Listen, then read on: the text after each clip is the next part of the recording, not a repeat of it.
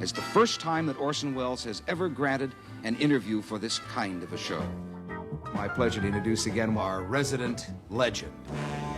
The American Film Institute presents a salute to Orson Welles. The man who captures your attention with every word he speaks. The Dick Cavett Show. I can't think of too many people that I would talk to on television for an hour and a half and then some. People fall over themselves trying to describe him. He is a magnificent guest and storyteller. I think of him as a sort of bottomless pit of conversation. He's obviously going to do something amazing when he comes out here with these cards. Welcome, if you will, the perfect prestidigitator and the razzle-dazzle raconteur. The unbelievable, the mighty Orson Welles.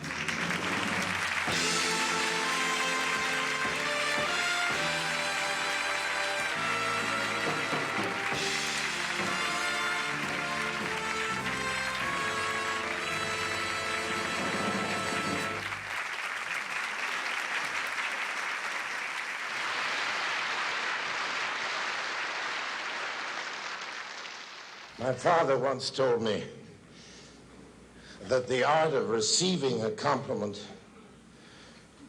is, of all things, the sign of a civilized man. And he died soon afterwards, leaving my education in this important matter sadly incomplete. I'm only glad that on this, the occasion of the rarest compliment he ever could have dreamed of, that he isn't here to see his son so publicly at a loss. As a very young boy, you were in Peking? Yes, my father lived in Peking. I still find people who would assume that you were probably born in Budapest or in... Alec Wolcott got so angry with me once at a party. He introduced me because he was the one who kind of started me again in show business, and he presented me as somebody at a party that should be interesting. And there I was, 19 years old. There wasn't anything interesting to say about me. I hadn't done anything in America. And whatever, you know, he says, well, Orson was born in Peking. And I said, no. And a look of hatred came over Alex's face when I had told him it was Kenosha, Wisconsin, instead of Peking, because it was the only interesting thing he could think of to say about me. I've spent my whole life kind of gypsying around. My father lived in Peking for quite a long time, and I spent 5 or 6 years there, or the greater part of those years. He stayed in Peking just because the living was easy there. Any of your relatives, or maybe a friend who you might say was the most influential person in your life? My mother would have been, but she died when I was 8. She was an absolutely marvelous woman. She was a suffragette, and she was in jail as a peace demonstrator. She was a national champion rifle shot. She was a concert pianist. Good Lord. She was a fabulous beauty, and if I had had the chance of knowing her longer, it would have been a great boon indeed. Did you go to Sunday school in the old Midwestern sense that I did in Nebraska? No, when I went to boys' school, you see, for the only school I ever went to was for 3 years. And it was a great school. And we marched into the town and went to a kind of special service for the boys. And the Reverend Hershey, who conducted them, went out into a cornfield and covered himself with gasoline and burned himself alive. So those kind of things that happen in small towns, you know. I had a great aunt who went down the Jamestown flood on a piano. And now that sounds like... Playing or on top of it? You know, it's one of those stories that you hear in your family and you repeat to get a laugh and you don't believe. Right. And I told this on a local talk show somewhere when I was opening a play, and only last year, not believing it any more than you do when I tell it. And I got a letter in a very crabbed, nice handwriting from a very old lady who said, I was in Jamestown and I saw an old lady going down Main Street on a grand piano. So that must have been my Aunt Grace or daughter, whoever it was. What kind of stock were they? Oh, but mad Southerners. I had a lot of mad Southern great aunts. And they are mad when they're mad. Oh, yes. My Aunt Hat, for instance. Great aunts, all of them. My Aunt Hat always wore riding breeches, and she had a bright red wig, which she took off to salute you with. And she would slap her thighs and shout, "That's the ticket." Oh, And I love her. Could we get her on the show here? she wanted to diet because she was overweight, a family failing, and she had an electric car, and she had the chauffeur tie her to the back of the electric car, which would go out into the country, and she would run along behind it, and the rope got loose, and they lost her in the country for a long time. It was a big problem getting Aunt Hadbeck. And then there was another aunt of mine who disappeared in a double rickshaw in Nanking. Now, I don't believe any of this, except my family always told it. Oh, but I'd like to You believe know? I was sent to Europe at a very early age on trips, first with other little boys and then by myself, totally without any guidance. The idea was you've got to learn to be on your own. That had happened to my father when he was about 10. How little, and he then? did it to me. At 10 was the first time I actually traveled alone in Europe with just so much money tied into my jeans, and there I went, you know. What age were you when you were orphaned? Well, my mother died when I was 7, and my father died when I was 15. I lived in the gypsy quarter of Triana as a young boy of 17 and 18, and I wrote for the pulp magazines, and I had a whole floor of an apartment in a building which was otherwise given over to illicit passion. And I had a cook and a valet and my own driver of a Victoria, and I earned about $150 a month writing for the pulps, and I lived like a king. Were your first encounters with the opposite sex successful? Were you awkward with girls? Were you shy? No. Not. No. That puts you in a separate category, because most of us... No, because I was constantly being seduced by girls. In other words, I wasn't in the... I was always being attacked by women as a child. Is that true? Yes, I had a marvelous sex life as a child. Is it too personal to ask what age it started at? Well, if I tell you, you won't believe it, so I better not answer. But you mean it's women? shockingly early age. By I had older those women? experiences that usually turn up in the sort of books that didn't used to be on public sale. You mean... So I had a delicious time when I started off. If I'm not prying, was this older women or women your age? Or... Oh, yes, you couldn't imagine a woman of my age then being able to do anything. All right. I was also popular with my own sex. I got pretty good at running away from old gentlemen, too. Did you get that, too? I was terribly popular because I had that round face and everything. Yeah. And that chorus boy look, and I got to be very nimble. Older gentlemen. Older gentlemen, yes. And, who wanted to talk to me about poetry. I got onto that very early in life. I've always heard, I have this image of you in Ireland coming over a hill with a horse and a cart, as it's been Donkey reported. and cart. A donkey? It's A true. donkey and cart. Were you a forerunner of the hippie movement in some sense? That Well, way, or? I wish I could pretend to have been that. I think I was just a latter-day romantic, you know, rather than a forerunner of the hippie movement, because really it's a kind of ridiculous romantic thing to do, to go and buy a donkey and cart and travel around Ireland, sleep under the cart. I was trying to be a painter, you know. I only wanted to be a painter. You were in your teens then, weren't you? Yes, I was 15. Then I came to Dublin. I was broke, had no money at all, and the only thing to do was go back and go to Harvard. So I went to the Gate Theatre, which was the great theatre of Dublin. And I told them I was a famous star from New York, and that it would amuse me for a few weeks to play some leading parts in that theater. Now, I'd never been on the stage. I had no idea what it was like to be on the stage. And I never would have been able to tell such a lie if I'd had any ambition to be on the stage or any idea. Mm-hmm. It was just the kind of lie you can tell, because what can they do to you? You know, you go on the stage, what do they got? Going to kill you. All they can do is fire you. It's a way to eat. So they gave me a star part. I began as a star. And I've been working my way down slowly ever since. We're going to show you now part 2 of the Orson Welles film, in which he talks about the unusual incident that occurred a show called War of the Worlds that had people in America running out of their houses screaming because the Martians were arriving. That was something of Orson Welles. Well, the War of the Worlds, of course, which belongs now to ancient history. Although I don't know about that, I keep meeting people who tell me they were frightened or weren't frightened and heard it, even today. It was a kind of a Halloween joke. We had a weekly radio broadcast in those days when radio was very important. And it was a very exciting medium. I must say I've never enjoyed anything as much as radio. And it was we imagined that a small lunatic fringe would be bamboozled and that we'd stir up pleasantly the rest of our listeners. But of course, traffic was tied up all over New Jersey, and hundreds of people took to the hills and had to be brought down again by Quakers. I met some Quakers whose job for 3 months was to persuade people that it was safe to come back to civilization.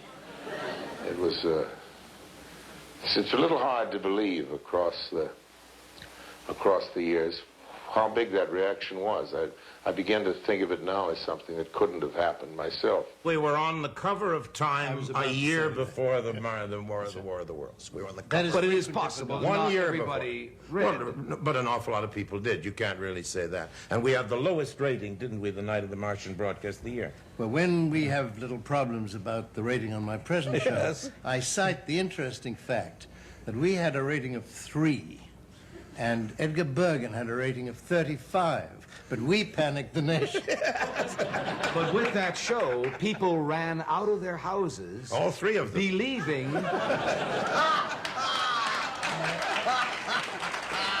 We had 3 of them scared to death.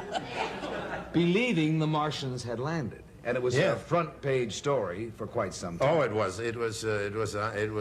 bigger than people remember. It was. Do you remember there was a picture on the whole front page of the Daily News in New York of Orson saying, "I knew not what I did." Probably the most hypocritical moment of my life. Would you compare what we are experiencing on television, Orson, these prime time, well, they're called soaps, they're prime time dramas. I'm talking about Dynasty Dallas, Falcon Well, they're Crest. soaps, come on. They're soaps. How would you compare There's nothing those? wrong with being a soap. It's a perfectly legitimate form. But isn't that exactly what you were doing on radio? Those No. I acted in soap operas in the day to make my living. I did a lot of those. I remember I played a cad in one of them. I was trying to seduce a girl. It took us about 13 weeks in one rumble seat to get anywhere. It was the same plot as we see on TV now. Yeah. But it isn't. My own show was the soap opera. We did the same kind of thing you make movies of, full-length stories, with only one commercial break. all that success at that age, hard to handle or easy to handle? Anybody who has trouble being successful doesn't have any sympathy from me. But at 22, Orson, you But were, was the a child success- genius of I Broadway. was a success at 16. I was a star in Dublin, so I was an old-timer by then. I did the first all-Negro Shakespearean production Sensation. of it was Macbeth. Sensation. And that was a great success. But you know that it got one bad notice from Haywood Broun. And the next day I came, all the rest of the notices were marvelous, and I went up to cheer up all these wonderful black actors, and we had 20 drummers from West Africa to be the voodoo, because it was voodoo, it was laid in Haiti. Yeah. And it was kind of, Jean-Christophe was Macbeth, you see, and they all had the drums. And before, in rehearsal, they had slain a couple of goats to make the drums and all of this, and very serious. And the head of their group, I called Jazzbo, I don't know what his real name was, he came up to me and said, "We put Berry Berry on this man Bruno." And I said, "You bet your life." Yeah. They started the drums, and 24 hours later, Haywood Broun was dead. Oh, don't! No. You just made that up. True. No, he made it up. It's true. Is it true? Great storyteller. It's true. Great storyteller. It's true. Haywood Broun is living in Connecticut today. Did you ever have this problem when you were then in your 20s and you were working with actors who were in their 30s, 40s, and 50s, and maybe older, and maybe 2 or 3 times your age, it's conceivable.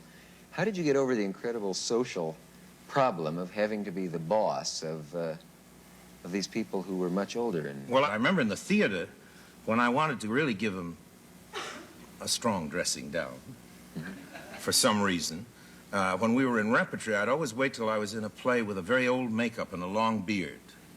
Then I'd call them in and give that institutional speech, you know, because I've got one of those faces that, you know, looks like everybody's baby. Or I did anyway. Now I look like everybody's depraved baby. I had a terrible experience. The first dinner party I went to was the first night I arrived in Hollywood. And it's when I ran out of luck for the rest of my life, really, because I made a bargain with God, which is something which is a sin to do, and certainly a mistake. Because somebody at the dinner table, in those days, the ladies used to leave the table and leave the gentlemen to their port in Hollywood. This is hard to believe, but in Sam Goldwyn's and Jack Warner's and houses like that, they really observe these fine old English traditions. The ladies had left and the gentlemen were passing the port around. And somebody said, well, here's Orson Welles come from the theater in New York, and he's a famous storyteller. That's nice. And everybody looked eager. And some people got up and sat closer, and a few drinks were finished, said that I had heard a funny joke that morning in the steam bath. So I thought, well, I'll tell a funny joke, and I got into it. And when I was about halfway into the story, I realized that I didn't remember the end of it. Yes. So I began to start to invent what might be the end of it.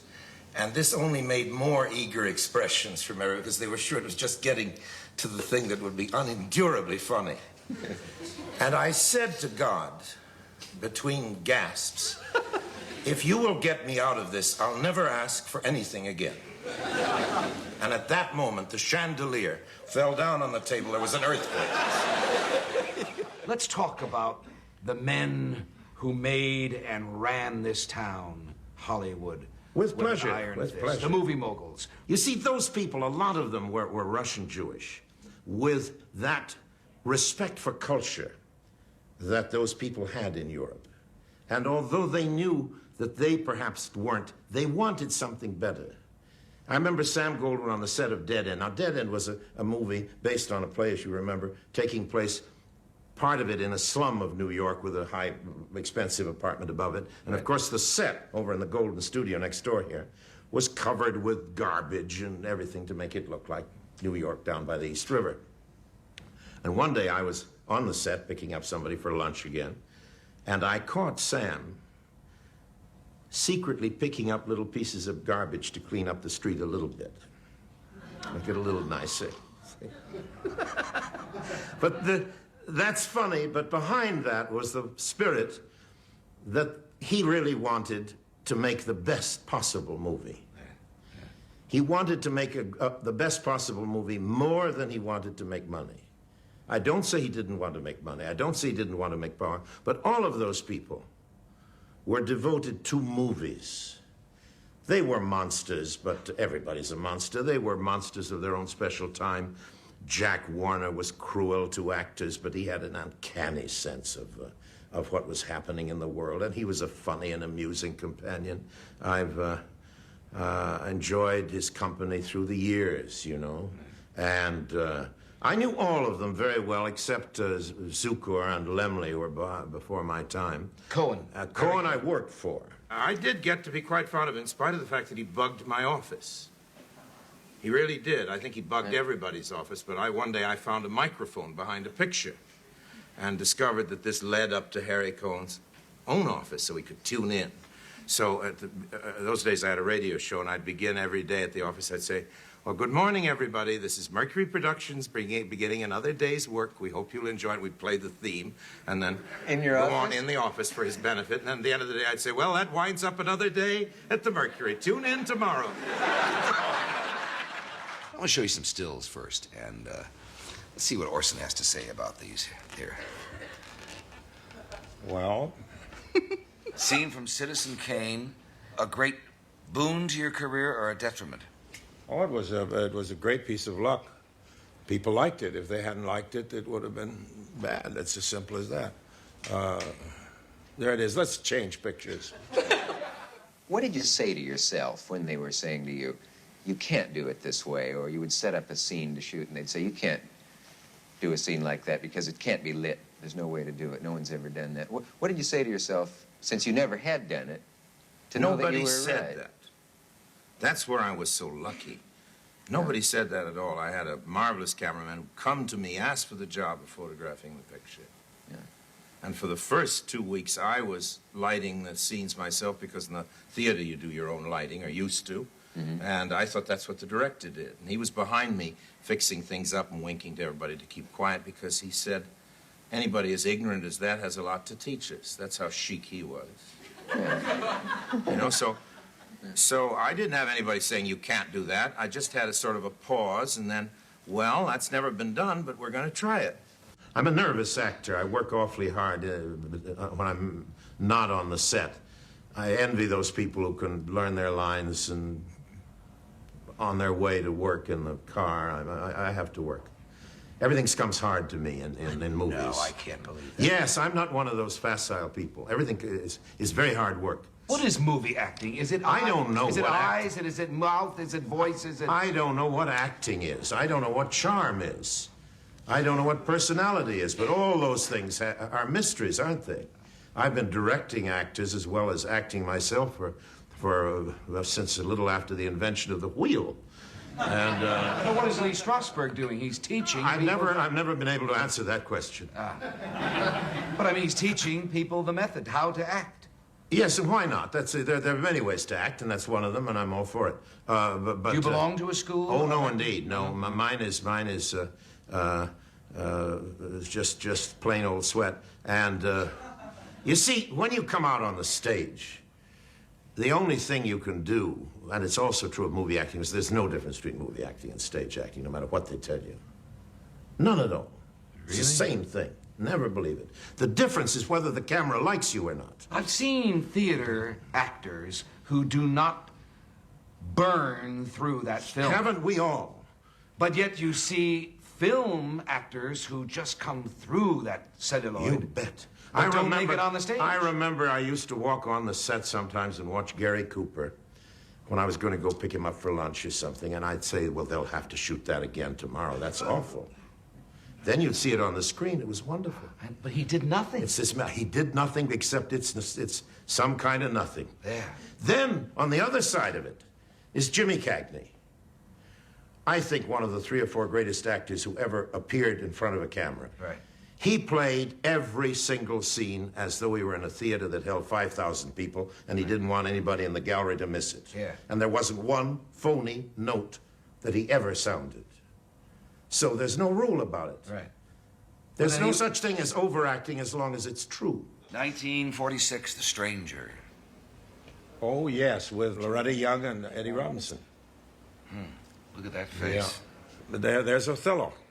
I remember reading newspaper reports when I first started doing the book saying, Orson Welles has abandoned Othello again. He never wants to finish his films. And when I started to look at the records, the facts and figures and so forth, I found out this is the most absurd kind of charge. The reason that he abandoned the film was to go and earn the money to shoot a little more and shoot a little more. Because after 1948, when Orson went to Europe, almost everything that he made was financed, at least in part, by Orson. And making movies with your own money is a pretty expensive proposition. Because William Randolph Hearst said he will not work in America? No, it's a little bit more complicated. It takes longer to get... It's, But did he hurt your career, Orson? yes, but, sure, but I didn't do him any good either.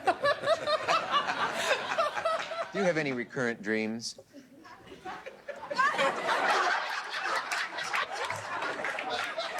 I think we'll take a break. Oh, game. We'll be back after this one.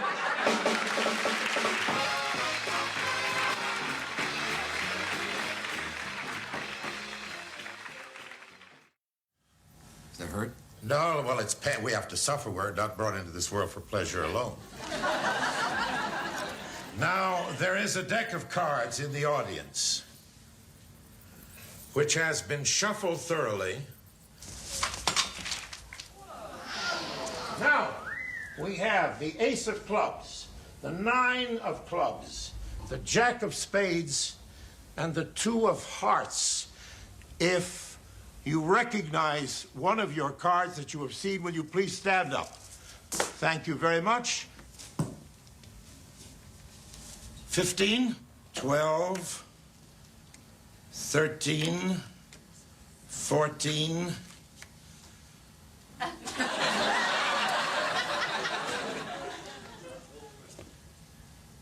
What was your card? Ace of spades.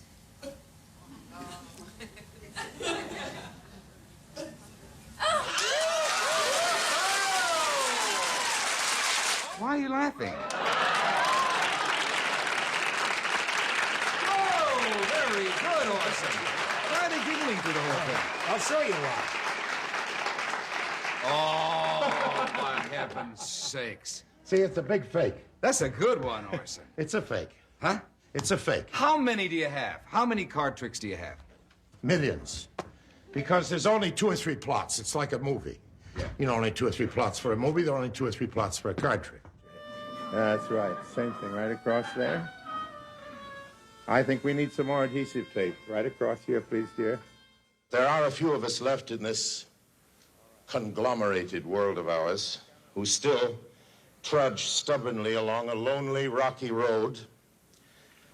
And this is, in fact, our contrariety. We don't move nearly as fast as our cousins on the freeway. We don't even get as much accomplished, just as the family-sized farm can't possibly raise as many crops or get as much profit as the agricultural factory of today.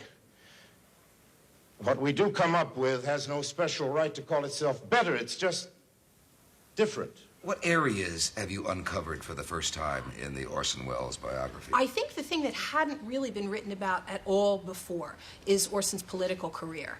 And for me, that was absolutely fascinating. Well, we all know, or we have heard, that he was a great friend of Roosevelt's. Of Roosevelt's, yeah. Right. And was associated with him in... Yeah, but I was also, I had a political column, and I also was the editor of a magazine. So I was very busy in that area for a while. But didn't so you long ago, contemplate everybody's forgotten. running for office? And didn't Roosevelt encourage you to do it? Yes, he wanted me to, but I think he said he wanted me to make me happy. yeah, but there was a serious race. I mean, the thing that fascinated me was that there was a strong possibility that you were going to run in Wisconsin when McCarthy was the other candidate. And unfortunately... And I decided not to. Now, it's always been on my conscience. Everybody told me that because of the dairy interests, I couldn't win, and the war hero would. So I quit, and didn't even start, not quit. And supposing I had won, there never would have been a McCarthy era. Don't forget that Roosevelt was an extraordinary man. Not only a man of great charisma and charm, but he was a brilliant Machiavellian politician with a secret, which is that he had an enormous social conscience. He said to me, "The ambition of my life is to see to it that colonialism is ended in the world before I die." And of course it was, beginning with Kennedy, through Nixon, all the presidents got us back into the Far East, first building up France's position in the old Indochina, and then taking over from it and getting us into this catastrophe, which was exactly the opposite of all of Roosevelt's thinking. He intended to end colonialism. To end all colonialism. You know the slogan of the Super Patriots, love America or leave it? Yeah. Well, I'm leaving, but I'm leaving with love. Leaving because my job has taken me away in show business, because nowadays we're all gypsies. That's an actor's lot. We can't all be governor of California. True. True. We go where the work is, and that's where I'll be going, to those countries on the other side of the ocean, where America, which used to be so loved and so admired, is now detested. Yes, that's not too much to say. Today, our country is hated, and not just because we're big and rich. But it's really true. No country is so hated. What about and that? so feared. Is everybody crazy except us? Now, you can bet that I'm going to get pretty tired and this message is almost finished. You can bet that I'm going to be pretty tired of defending my country over there, so I hope you'll understand if I don't waste much time defending it while I'm still here. While I'm still here, I'd like to say that when the radical right talks about shooting down the children and dropping atom bombs in Asia, it's obvious that some people are very sick.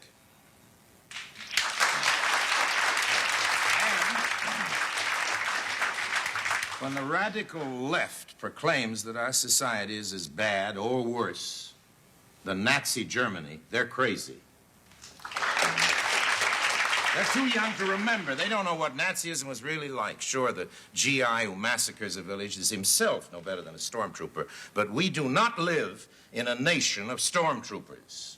Not yet. Please God, we never will. Every big human organization, every church or government or political system has always been, and by the very nature of bigness, must always be responsible for grave assaults on human dignity, responsible for murder and for mass murder. There's no use hypocritically pretending that this isn't true. The American government, like every other government in the world, is a murderer. That's not a cause for despair or an excuse for retreating into drugs or the mystic contemplation of your navel or for cynicism or any other retreat. Retreat is surrender. If the good fight can't be won, it mustn't be lost. Our job is to keep up a police action against the possibility of a police state. Crime can never be wiped out completely, least of all the crimes of government, of any government, any conceivable government. Our job as individuals, I think, is to do our individual damnedest to keep the crime and the government under control. A maverick may go his own way, but he doesn't think that it's the only way or ever claim that it's the best one, except maybe for himself. And don't imagine that this raggle-taggle gypsyo is claiming to be free. It's just that some of the necessities to which I am a slave are different from yours. As a director, for instance, I pay myself out of my acting jobs. I use my own work to subsidize my work. In other words, I'm crazy.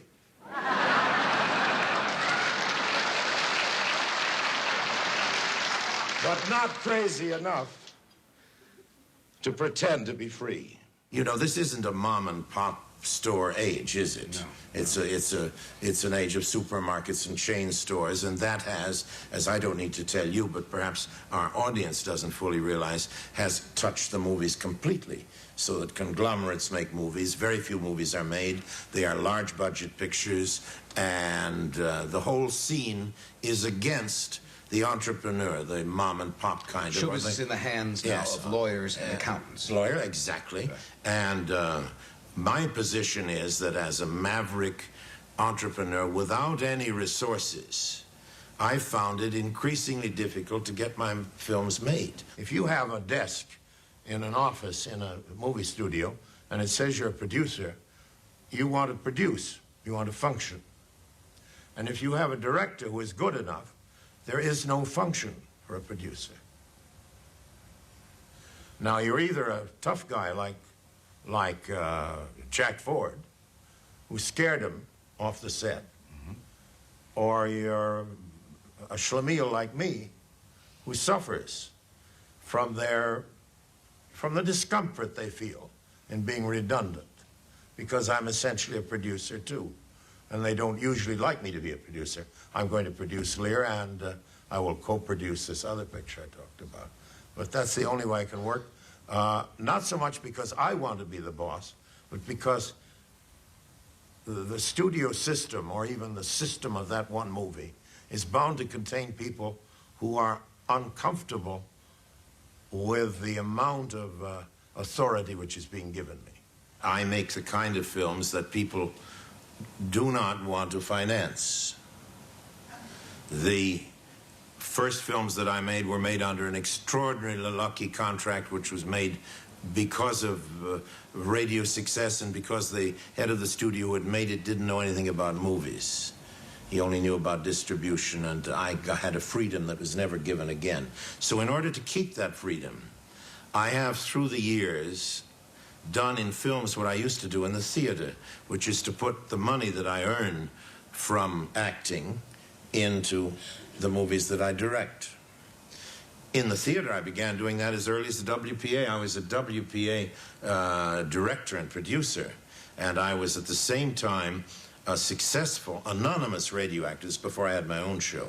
And in those days, you could make $1,200 a week, virtually tax-free in those days, without your name being mentioned as a radio actor. If you can imagine, that was before the big agents started to get our salaries down.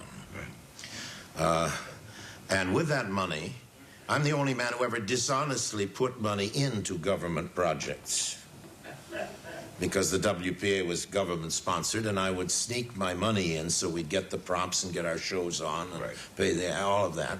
And I've continued that right through into movies, and I lived for over 20 years in Europe because it used to be that an American, like every other national in the world, did not pay income tax unless he lived in his own country. So I happened to be in Venice trying to get some money for a movie during the festival, and poor Churchill had been, right after the war, as you know, crest of the greatest victory that any single man had ever presided over in modern history, was voted out of office.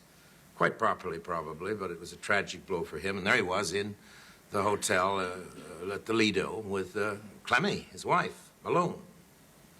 And he'd go swimming out on the beach. And one day at lunch, I came in with a Russian businessman I was trying to hustle for some money for this picture. And as we passed Mr. Churchill's table, Mr. Churchill saw me and made that little gesture, and the Russian went out of his mind. This is a white Russian, not a red Russian. This is a, you know, a hustling, semi-Armenian Russian. And when he saw that Mr. Churchill not only knew me, but gave a rather special acknowledgement, it was clear to me that I had the money for my picture. So the next morning I was out swimming in the beach, and I found myself paddling in the water right next to Mr. Churchill. And I hadn't gone up to speak to him, but there we were in the water, and I had known him on and off during the war in a humble capacity, and I said, and he had come backstage to see me, and I said, Mr. Churchill, I think you ought to know what you did for me.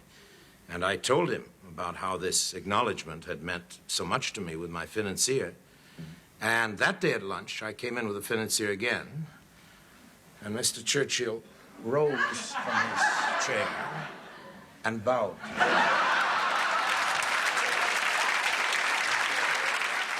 But it's a fact that many of the films you've seen tonight could never have been made otherwise. Or if otherwise, well, they might have been better, but certainly they wouldn't have been mine. Let us raise our cups, then, standing as some of us do on opposite ends of the river, and drink together to what really matters to us all, to our crazy and beloved profession, to the movies, to good movies, to every possible kind. If someone asked you to spell out what you would consider the best opinion of you and your work, how would you do it yourself? Well, I leave the work out of it, but you mean, well, describe just myself. Person, then, yourself as a... Well, you mean, well, I know about my faults, and there are several of them that can be mentioned on a family program. I'm lazy, and I love work. Those almost seem contradictory. Yeah, but it's true. I do love work, and I have a terrible time getting started. And I think a lot of lazy people can be very industrious once they get going, but I'm brilliant at the job of finding reasons not to get going. And I have a tremendous hatred of bad manners. It's one of the things I loathe most in the world, and I myself am a boor. I forget myself all the time, and I'm detestably rude, and I detest myself for it. There's part of the description. What else? I'm, well, I hate. I'm not very good at hating. I'm terribly fond of people, But I don't care terribly what an awful lot of people think of me. And that's because I don't know why it is, but anyway, I think it sometimes gives an impression of arrogance that I don't think is justified. It's a kind of indifference about opinion. And I'm, of course, a romantic, a sort of Quixote who's done himself well with the starches and the carbohydrates. That's one of my vices. I'm self-indulgent. And I talk too much. That's just what I've been doing now. I like Katharine Hepburn on 60 Minutes not long ago. What'd she say? Well, she says, you know, when we get past 60, we just rot away. That's closer to the truth, you know. Oh. Then 60 years young? I hate that 60 years young business. Or 80 years. I think it's what we're against is senility, which is a disease. But old age is a condition of life, and it shouldn't consist of an imitation of youth. And the trouble is that privilege has gone to youth now in our society, and there is no more privilege attached to being old. So Gar is perfectly right, of course, when he says that people shouldn't deny old people the right to a full life. There's just a little whiff of optimism about it that... I remember what de Gaulle said. De Gaulle, of course, said the truth about it. What do you say? Old age is a shipwreck. But you feel wonderful, don't you? Oh, sure.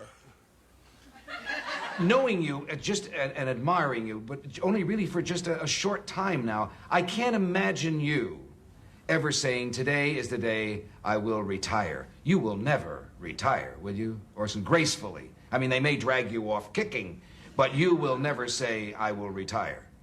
Well, I doubt if I'll ever get enough money together so that the option will be offered me. I mean, you'll have a project until the day you go, won't you? And I hope one for just afterwards. We'll be right back.